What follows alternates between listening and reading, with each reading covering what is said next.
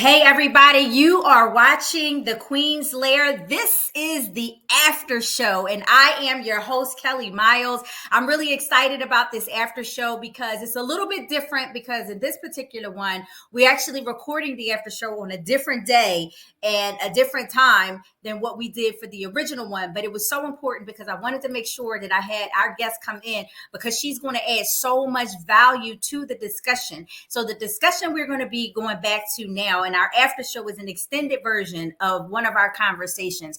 This one is on healthy living, and we're talking about PCOS versus fibroids. And so we have with us today Dr. LJ Johnson. And so Dr. LJ, just introduce yourself. Tell us a little bit about who you are, your specialty, in addition to where you're from. Absolutely. Well, thank you. I'm so glad we're able to connect. Hopefully you guys are relaxed, sitting on the couch, wherever you're at. You are ready to grab those gems. This is like an on the couch, a tea with coffee, whatever it is. Grab the gems, but also grab your toolbox. So this is what I say before I always start. Grab your toolbox because we are going to be putting tools in your toolbox that may be for you. Maybe a spouse, a neighbor, maybe you're an auntie, a niece, a nephew, someone that you know is going to need this information. So don't poo-poo the information, grab the toolbox and drop it in. I am Dr. LJ Johnson, the holistic endo expert. I specialize in everything endometriosis, all of that womb wellness, unsexy stuff, like that is my jam. I specialize in endo, PCOS, fibroids, and fertility. So I really am here to, like I said, drop some gems in your toolbox, get you in the driver's seat of your health. Now, why listen to me, right? This is what I always say, even on my own podcast. I'm not coming from the high horse of this is what I learned in school and you better listen. Honey, right? We've all heard that, and it probably has not changed our healing journey. I just come as a humble person, the low horse, the been there, done that horse. Like I've been the person in pain. I've been the person suffering. It took me 16 years. That is not a mistake. You heard me correct. 16 years to be properly diagnosed with endometriosis. So that was 16 years of hating my body, hating my doctors, people telling me that I was crazy. Then I started to question myself, like maybe I'm not really, legit. Maybe there is something going on. So that was 16 years of having a body that was not reliable. So if you're listening to this, whether or not you have endometriosis, possibly PCOS or fibroids, maybe you're like, I don't know what's going on, but there's something going on with my hormones. There's something going on my womb wellness. Then this episode is absolutely for you. Yes, absolutely. And I love the fact that you have the experience in dealing with this yourself because it makes it even that more relatable because you know what the woman is going through who has these symptoms. You know how she's feeling, not just physically, but emotionally. And I know that has to have a toll on you emotionally when you're dealing with these things and all these symptoms and you don't know what's going on. And so we talked a little bit on the main episode about fibroids and talking a little bit about fibroids, but we didn't get to talk as much about the PCOS. So I want to just spend a little bit of time on fibroids, and then I want to go ahead into the PCOS, which all of those have some connection, and you can share with us what that is with endometriosis as well. So tell us a little bit about fibroids. What are the symptoms? Where do they come from? Is it something you can prevent?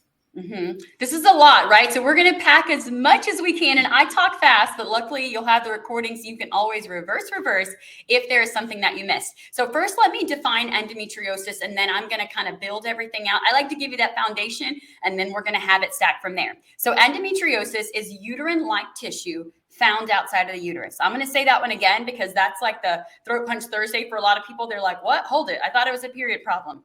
Reverse. Endometriosis is uterine-like tissue found outside of the uterus. It is hormonally driven. It creates its own hormones. It causes chronic systemic inflammation throughout your entire body.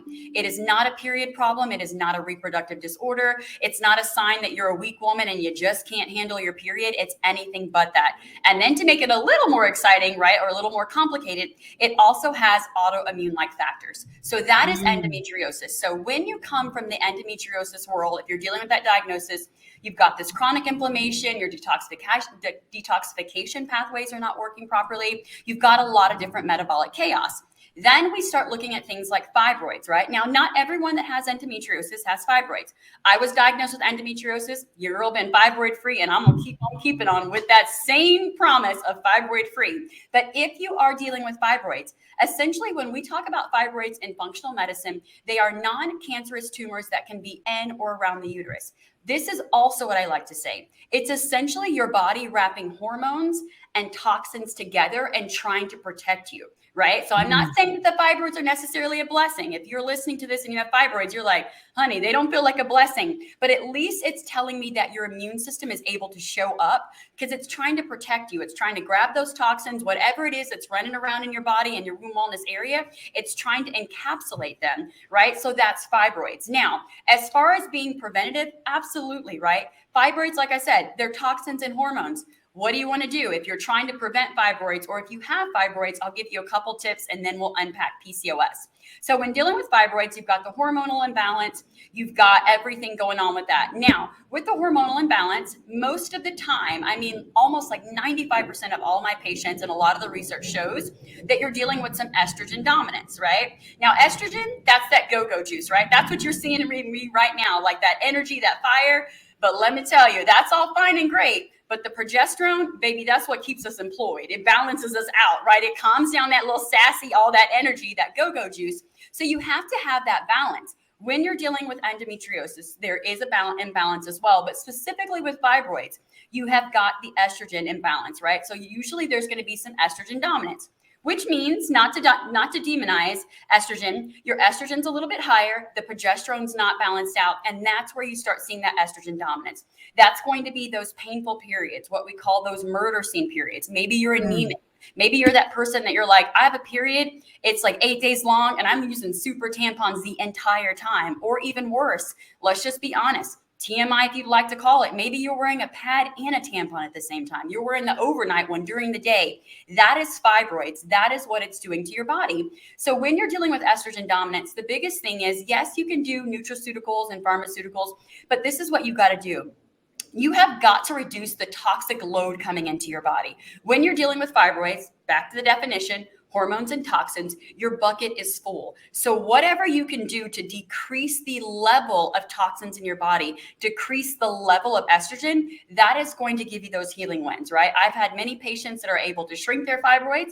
I've also had patients that are like, hey, we're going to have to bring in some conventional medicine. I'm going to have a surgery. However, I'm doing the surgery to take care of the fibroids I have currently, but I'm willing to make these lifestyle changes. Those lifestyle changes are going to be, cutting back on some of those conventional foods, cutting back on some of the toxins you're bringing in your body, right? Cutting back on, we've all seen it, right? Where they're like talking about perming your hair and the Brazilian blowouts and all that. All the toxins we're putting into our body, maybe changing your facial, products, your hygiene products, your body soaps. I'm coming for the candles. I'm sorry, but sometimes we don't have to kick them candles. I said it, girl. Yes. Kick those candles. Not the candles. She said, don't come for my candles. These are some of the things you can do to reduce your toxic load. So that's a big one. When you're dealing with fibroids, there's a lot of estrogen usually rolling around in that system. You got to get your gut health on point, but then also really decreasing the amount of toxins that are coming into your body. So that's kind of fibroids.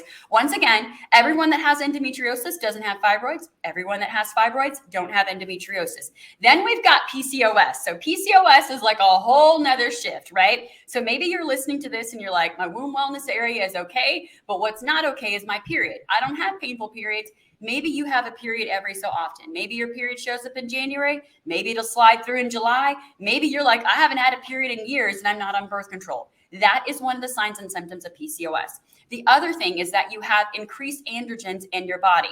Most people aren't sitting around like, oh, I have high androgens. What you are doing is sitting around talking about, oh, I have malpattern baldness. Ooh, there's hair all over my body, but my hair on my head is actual thinning. I've got, hair on my chin. You're the one that's maybe plucking 1 or 2 hairs. And then others that have PCOS, you're like waxing your entire body and like shaving your face every morning. That is a sign and symptom of PCOS. And then cyst on ovaries. So there's 3 different criteria and you need to meet 2 of the 3.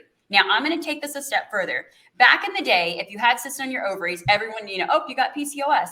Doesn't quite work that way. Once again, you have to have 2 of the 3. Irregular periods, higher level of androgens, or you're going to have the cyst on the ovaries. So once again, making sure you have 2 of 3. Now, I know, it's a lot. Let's talk about the different types of PCOS, because I think this is the biggest thing. And I'm going to be honest, this is the biggest thing I see when people are getting tripped up.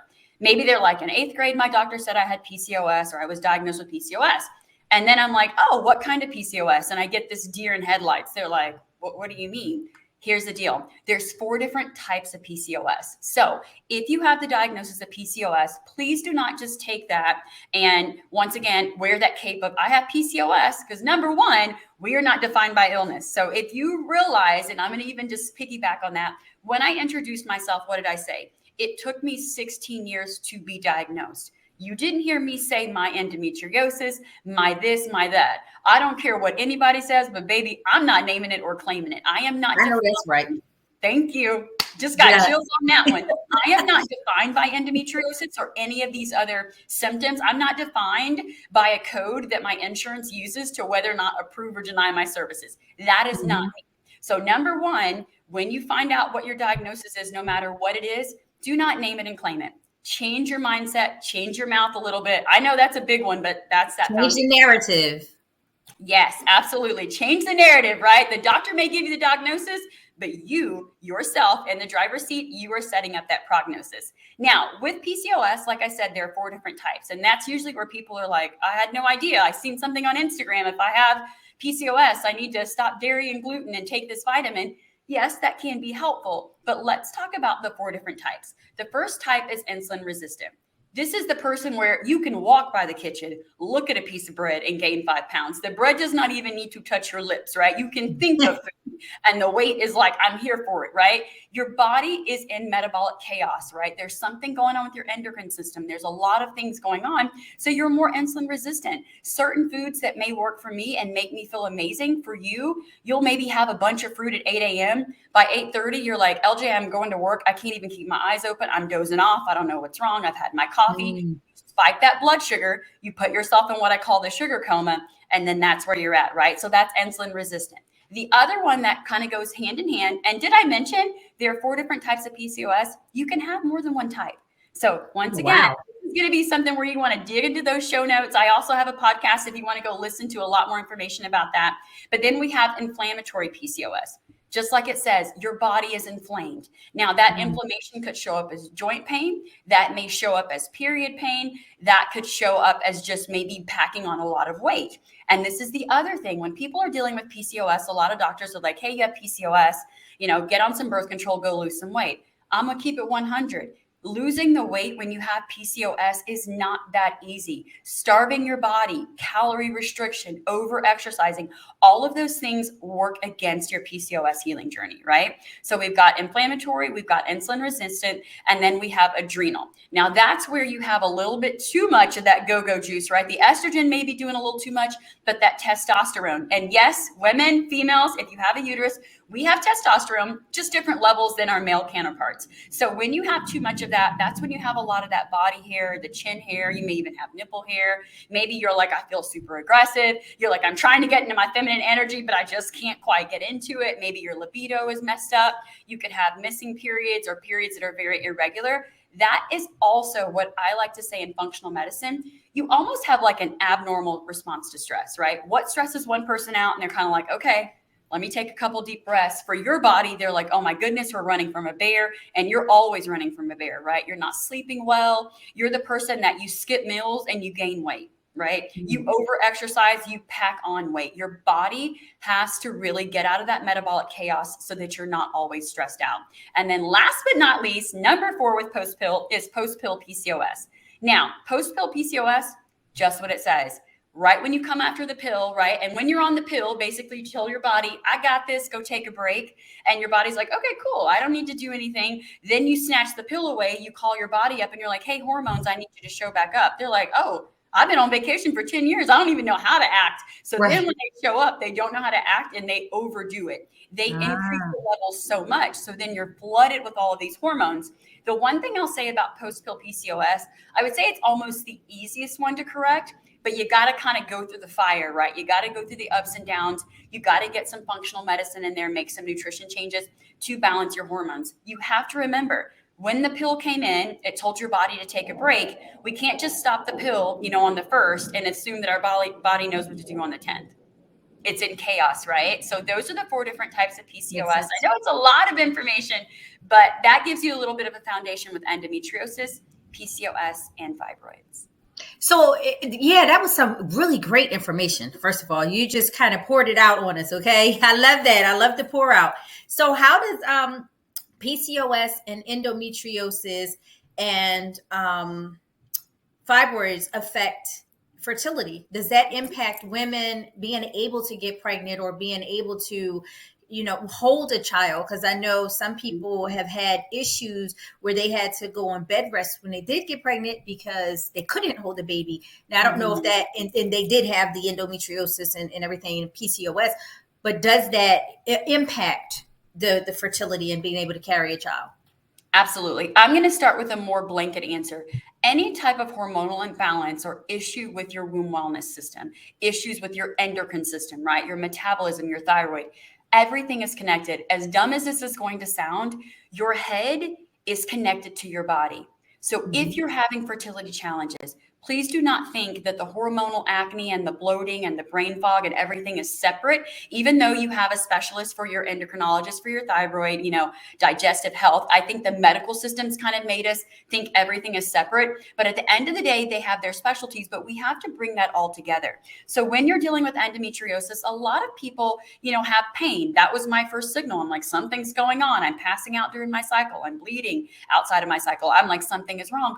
A lot of people also have silent endo, zero pain whatsoever, no period pain, no discomfort. They're on the fertility journey. Things aren't working out. They go in, laparoscopic procedure, and the doctor's like, you have endometriosis all over your, bowels, over your bladder, all of that. So there is silent endo as well. And I'm glad that you brought that up because that makes me bring that in, right? But just because you have endometriosis does not mean you're going to have a fertility challenge. Now, with endometriosis, remember, chronic systemic inflammation, that fire is always burning. Whatever you do either decreases the fire or increases it. If you're in a flare, if you're inflamed all the time, your bowels are locked up, you're having hot flashes, all of these things, just stop and think, how will your body be able to give you a good, successful pregnancy if your hormones are imbalanced? If your nutrient stores are depleted. Baby is shopping from mom's stores. We hear it all the time. The lady that's like, oh, on YouTube, got pregnant and all my teeth fell out, that's horrible. Funny, but I'm like, yeah, but think about it. Your hair falls out. Yep. If you're deficient in minerals, where do you think the baby is going to pull it from? It has to pull it from mom's stores. So when you're inflamed, right, you've got a lot going on. So I think, especially with endometriosis, and I'll do each one, there's the fear mongering of, hey, hysterectomy is a cure, which it is not. But it's like, girl, it looks bad in there. We need to have a hysterectomy. So then you're like, oh my Lord, I got to get me a man. I got to have a baby. I got to do it now before they yank out all my lady parts. I'm telling you, if your body is in chaos, your hormones are imbalanced, you're stressed out, you don't poop 2-3 times a day, you have all these toxins running through your body, you're not going to have a successful pregnancy. The fertility journey is going to be hard, if not near impossible. Now let's talk about fibroids. Hormones and toxins. If those hormones are not balanced and you're full of toxins, may it be pharmaceuticals, maybe you just came off birth control. And I think that's a big one. Hormonal birth control can be beneficial for your healing journey, but a lot of people bring it in. They go off of it in February and then they're trying to get pregnant in April and they're like, what's going on? Your body, it takes time to balance. So if you really want to be successful when it comes to fibroids, the biggest thing, you got to decrease the toxin load. You have to decrease the toxins. You have to hyper-nourish your body, decrease the stress. And so once again, the fear mongering comes in. And I know people like it's fear mongering. It's not necessarily sometimes fear mongering. It is patient empowering. I am letting you know if you have fibroids, yes, you can have an amazing pregnancy and have your little people and all this, but you're going to have to do the behind the scenes, the unsexy work sometimes to get to where you need to be, especially if you're estrogen dominant. There's not enough progesterone there. You may get pregnant and have a bunch of miscarriages. And that's something I discussed in a fertility summit, that the hormonal imbalances are huge, and just doing conventional blood work where they're like, yeah, everything looks good, and you're like, and then I look at it and I'm like, okay, this is conventional, but for functional medicine, there's not enough progesterone for you to even ovulate. And so some of you are like, I don't want to address the hormones. I just want to have the baby. If you're not having a regular period, or even if you are having a regular period and you're not actually ovulating, that could be challenging for the fertility journey. And then PCOS, especially if you have the period that's MIA, that's not very consistent, once again, you have to focus on the ovulation. Wow. Wow. That's really interesting how you tied all that stuff in there. And it comes down to like whole health, even though, I love how you broke down how different people, doctors specialize in different areas. But at the end Mhm. of the day, we're all connected. And so we all Yeah. have to make it work together. So, that's just really, really interesting, and something to consider and think about when we're going for treatments. So, going towards treatments, what are is endometriosis curable? Mhm. Can you have fibroids and not have to have a surgery? Because everyone that I know in my family who's had fibroids had to have Mhm. surgery. They had to have them removed. So, what are some ways to treat the endometriosis and the fibroids or the PCOS that's Mhm. not, like you say, taken away from our lady parts? Absolutely. I'll start with PCOS. I hate to say it's the easier one, but it is. You can definitely reverse your PCOS. Just because you got diagnosed with PCOS, even in 2023, you can reverse your PCOS with Mm. nutrition changes and nutraceuticals. All Fiber, four of them? yes, ma'am. Oh, Yes. You can cool. absolutely reverse PCOS. Absolutely. I don't care what Okay. anybody says. I'm clapping back on all of it. You can absolutely do that. Now, fibroids, like I said, sometimes quality of life is more important and you need to just have them removed because you're anemic, you're passing out during your cycle, you're getting blood transfusions, all those things. But here's the thing, you have to make the lifestyle changes. I've had patients that have opted for surgery and then we build a protocol for future success. I've had others that are like, I am not having anybody else cutting down there doing anything else because they've already had a lot of medical trauma. And there Mhm. are ways to balance the hormones and dissolve those fibroids. The biggest thing I will say, because as you're listening, I know some of y'all have picked up your phone and you're looking for the dissolving tea and the this, that, and the other. I'm going to tell you right now, if your body detoxification pathways are not open and you're not pushing the toxins out of your body, trying to dissolve fibroids is not going to happen when your detox pathways are full. And I feel like that's like a whole nother word, and we could do a whole nother episode on just supporting your detoxification pathways, because that's the biggest thing I see with fibroids. You're probably doing all the right things, the right herbs, the castor oil pack. You're like, LJ, what's going on? Then we start talking about your detoxification pathways. You work out at the gym 30 minutes, you don't sweat. Your lymphatic system is clogged.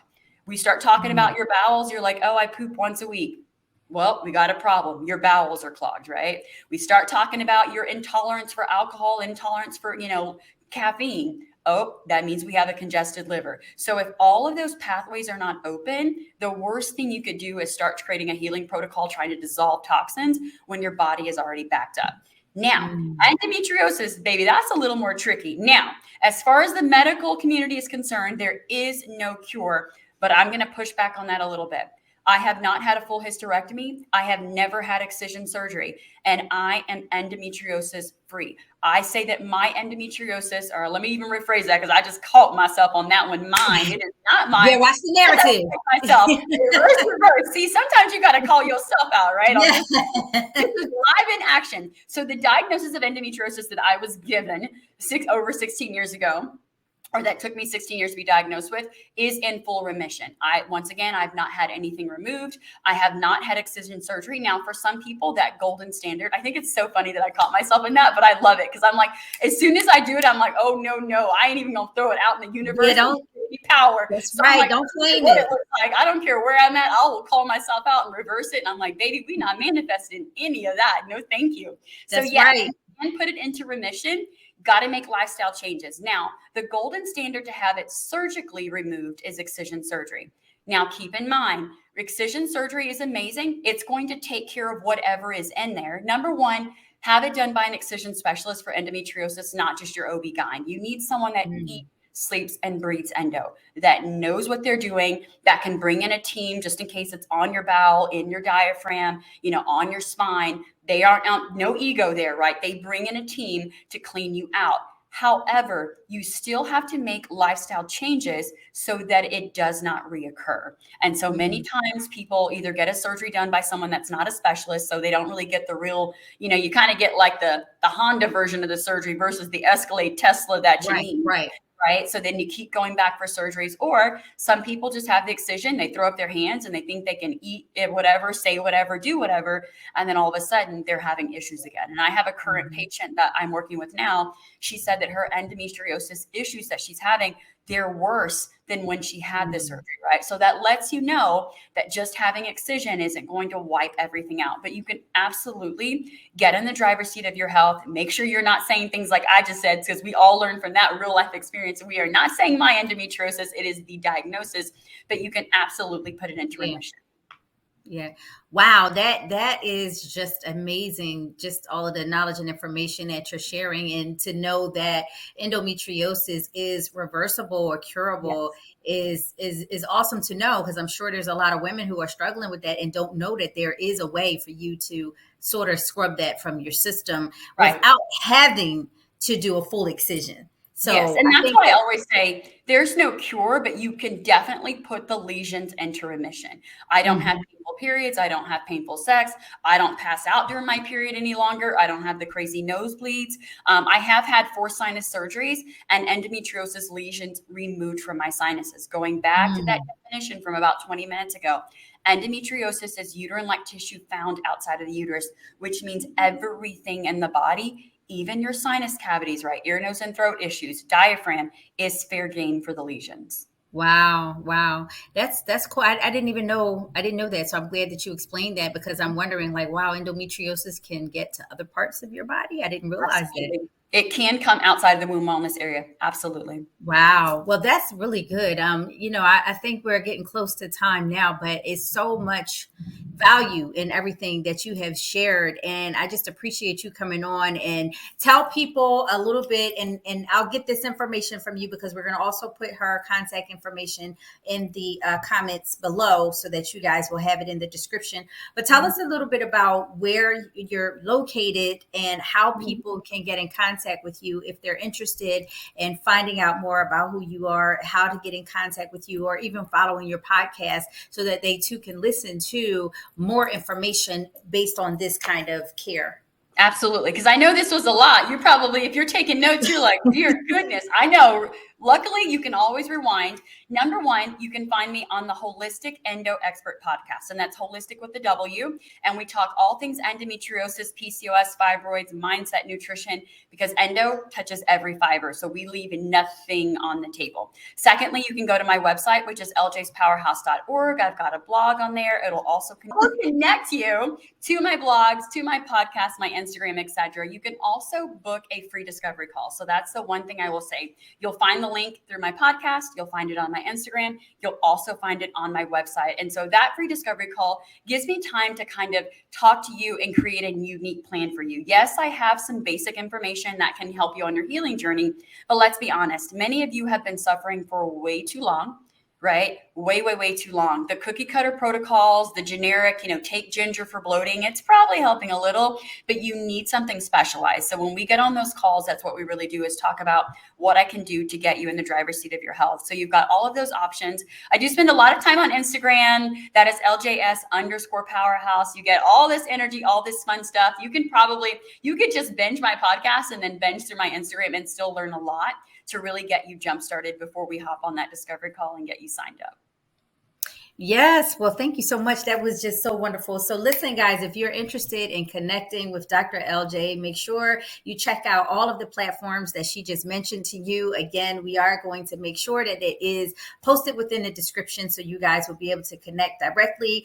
And, make sure what I like to say at the end of our after show is that we have wrung it out. You know how you wring out a rag and you get all the water out of it? Yes. I feel like we wring it out, but there's still so much. So just make sure that if you really want to get some more of that juice and pour more water on you to be knowledgeable and educated on endometriosis, fibroids, and PCOS, make sure you do connect with Dr. LJ, because as you can see, she's the bomb. She's pouring all of this nuggets and knowledge on y'all. So make sure you check her out to get more help, and we'll again have her stuff posted within the description so you can contact her. So thank you so much, Dr. LJ. Appreciate you. Thanks for having me. I appreciate it. Thank you so much.